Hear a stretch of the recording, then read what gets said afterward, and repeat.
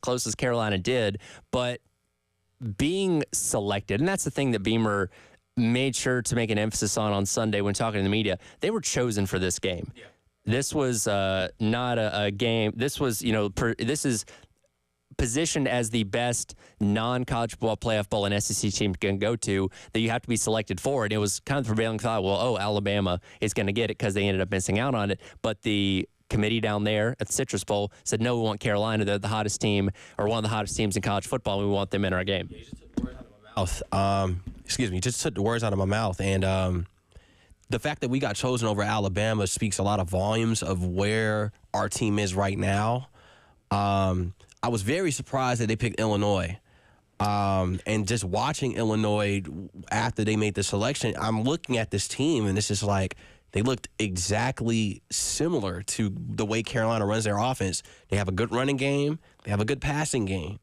My only thing with Illinois is the consistency on the offensive end. The defensive end is kind of solid, but with South Carolina, they have a more dominant front seven to me than Illinois, but Illinois' strength is their offense. Their running back, Aiden Lowry is, I believe is what I'm saying his name is right. Lowry, one of those. The man can run the ball. The man can run the ball. From what I've seen the last two games, especially the Northwestern game at the end of the season on the road, he can run the ball. Yeah. I'm honestly, if they win this game, that's added momentum into what they already did in the signing period, in the early signing period last week, going into the next season. And then they're probably more likely they might be a top 10 ranked team going into next season. And that is where things kind of get interesting when you talk about this game. And we'll have plenty of time to really break down the specifics of what Illinois brings to the table. But there's a lot of similarities between these two teams. And first, Dave, I want to play cut number 7 here. This is Brett Bielema, the head coach up there at Illinois, that, giving his initial thoughts on SC at his press conference the other day. Super excited for them. About our opponent, I just literally called Coach Beamer before I came down here, reached out to him and congratulated on an incredible season for them. They've won 6 straight, right? They lost a heartbreaker against Alabama, and then have won 6 straight games against really good opponents to play. I've been in that league. I know what it's all about. Just congratulations to South Carolina, their fan base, their players, obviously a really strong tradition. I'm really excited. I don't know Coach Beamer well. I've known him through the profession just a little bit here, but just coaches that have worked with him, places he's been, and just stands for all the right things in college football, I believe, as well. So super excited about the matchup. For me, it's kind of a unique opportunity. My first ever bowl game as a head coach was against the University of Arkansas, and it's a very game that we won and gave us 12 wins at Wisconsin when I was there, and that set the program record for wins. So to have a chance to tie that here at Illinois with a 10 win would be absolutely awesome. And when you look at these programs, like I said, they're similar in a lot of ways. And I was going back yesterday and looking at the projected standings for the Big Ten, and Illinois was picked to finish 16th out of 18 teams. Wow. They finished 5th and ranked obviously 20th in the latest college football playoff poll. Much like South Carolina, they're only projected to be around 5-6 wins. Well, guess what? They won 9 games, just like South Carolina. And here's something interesting too. Just like Carolina, who has a sporadic history of 10-win games, Illinois has only won 10 games 4 times in their entire program history, last time back in 2001. So as much as Carolina cares about this game, Illinois cares about this game too, because getting that 10th win does mean something to them as well. It does. I think winning adds momentum. For Illinois' head coach to say those remarks, saying that it was a unique, I don't think it's going to be close. Yeah, and the fact that you have two teams that do care, you know what I mean? And look, there's going to be a handful of opt-outs for Carolina, probably, maybe a few for Illinois as well. But given what this game means to both programs, I think it's significant and should be a fun game. And, when you think about the exposure that Carolina gets, obviously from the way that they ended out the regular season on the 6-game winning streak, being in the conversation for the college football playoff, you're going to get to play the Citrus Bowl, which is essentially a lead-in to the college football playoff semifinals or quarterfinals that night with the Fiesta Bowl, is, again, just an opportunity to put your brand on national television and get people, continuing to see what Coach Beamer is building here, which again helps you in an abundance of ways going forward. And I think the games from what Carolina fans are seeing, they have been pretty darn fun, and it's captivated the country to watch Carolina football, to be like, okay, this is what Shane Beamer is doing with his team and with the culture here and what he's doing. Like, we're South Carolina fans, even locally here in Columbia, they're seeing the culture shifting here in Columbia, where it's about to be at a higher level than what we've ever seen, probably at the levels of what we've seen in the late 2000s going into the 2010s, from the Marcus Lattimore and the Connor Shaws and the Dylan Thompson days, the Steven Garcia days. We're getting that energy back, and fans are very, very excited, not just here, but across the country. Absolutely. And again, plenty of conversation kind of breaking down the specifics of this game over the next handful of leagues leading up to it. But look, every time I talk about this game, I still, in my mind, call this the Capital One Bowl. I mentioned this a little bit earlier. I'm still tied to bowl games in their original name. Cheez-It Citrus Bowl is cool, but to me, it's always the Capital One Bowl. They should have kept it as the Capital One Bowl. I don't know why they're changing money. That could be a factor. So Capital One sponsors the Orange Bowl now. So wow, okay. They just changed to sponsoring a different bowl game. And I get it. Like, sponsors move around and contracts ends and those kind of things. But I'm so ingrained in thinking of Capital One Bowl, the Outback Bowl, the Pacific Life Holiday Bowl, these bowl names that stuck for so long. And, growing up playing the college football video games and stuff like that, they were in those as well. That's I'm just kind of naturally inclined to think of those names when I look at these bowl games. Do you feel like the college football playoff should get rid of like the Rose Bowl and the Fiesta Bowl and leave that out for... You see what I'm saying? So in a sense, a college football playoff can just be a regular playoff. You are opening Pandora's box on something that I could rant on for quite a while. I love bowl games. Me too. But if we were starting the playoff from scratch, bowl games would have nothing to do with it. I think trying to squeeze bowl games into the structure of the playoff is clunky and kind of creates a bit of a mess, especially when you're asking fan bases to travel crisscross the country 3 times in a month. That's a lot, and I don't think you're going to get the crowds for some of those games you would want to get, and especially considering what we're going to see for like environments for home playoff games here in a week and a half. I don't think you're going to be able to beat that or replicate that with neutral sites, and I just wish they would go straight up home field advantage until the national championship at a neutral site. I agree. Again, you do have bowls, a lot of history tied to them, but to me, a playoff should be played at home venues. I think so too. It should be played, I think, after the first 2 rounds, then you go to a neutral site.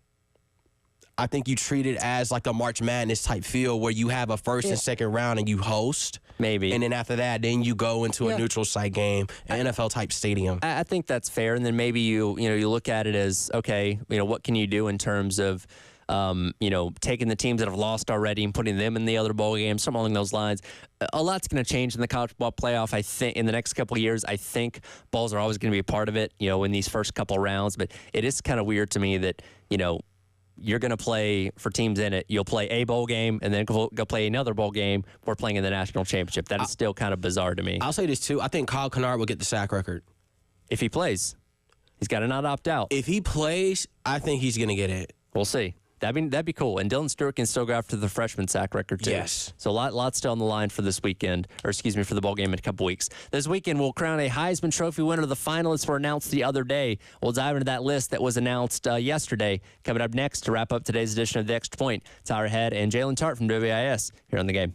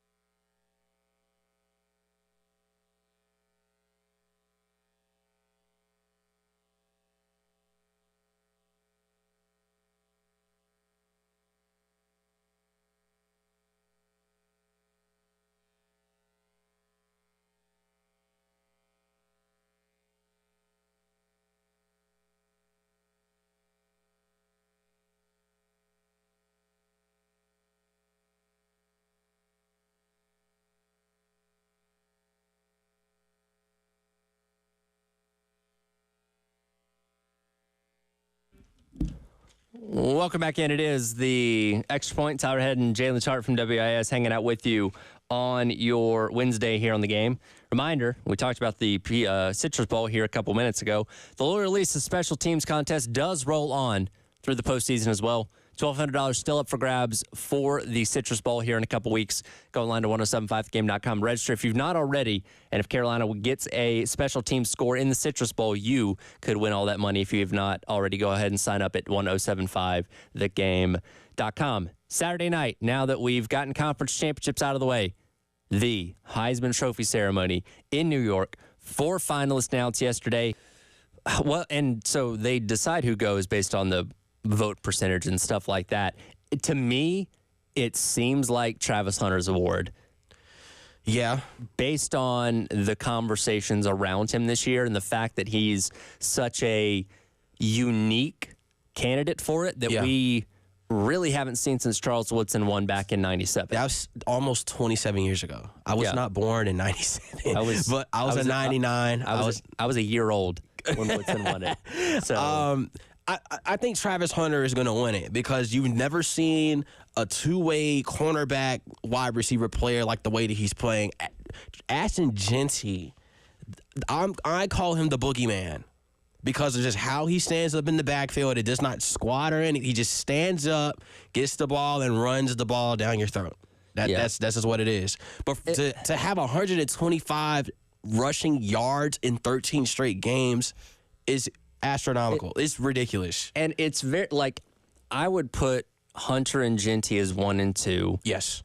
And it's weird to say that because this is a quarterback award. Yes. More often than not, quarterbacks win this award. So to say that, in my opinion, the top 2 candidates are non-quarterbacks is very unique. Yeah. Because now it's more diverse. You have 2 quarterbacks, a wide receiver, cornerback, and a running back. But Hunter's playmaking ability, that cannot be taught. He's just one of one. He is a unicorn to me.